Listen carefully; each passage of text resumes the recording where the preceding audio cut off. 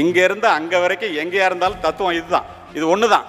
ஒவ்வொருவரும் நாம் ஜெயிக்க முடியும் என்று நினைத்து ஜெயித்தே ஆக வேண்டும் என்று நினைத்தால், இந்த இடத்துல உங்களுக்கு ஒன்று சொல்றேன், இப்படி எல்லாரும் ஜெயிக்கணும்னு நினைக்கிறோம், ஆனா எல்லாராலையும் ஜெயிக்க முடியலையே. லட்சியத்தை சில பேரால் அடைய முடியுது, சில பேரால் அடைய முடியலையே. டிஸ்கவரி சேனல்லாம் பாக்குறீங்கல்ல, ஒரு சிங்கம் வலிமையானது ஓடி போய் ஒரு மானை பிடிச்சி இழுத்துட்டு வரும், கழுத்தை பிடிச்சி. சிங்கம் வலிமையானது, மான் வலிமை குறைவானது, போய் பிடிச்சி இழுத்துட்டு வருதுன்னு நம்ம நினைப்போம். உண்மை என்ன தெரியுமா நண்பர்களே?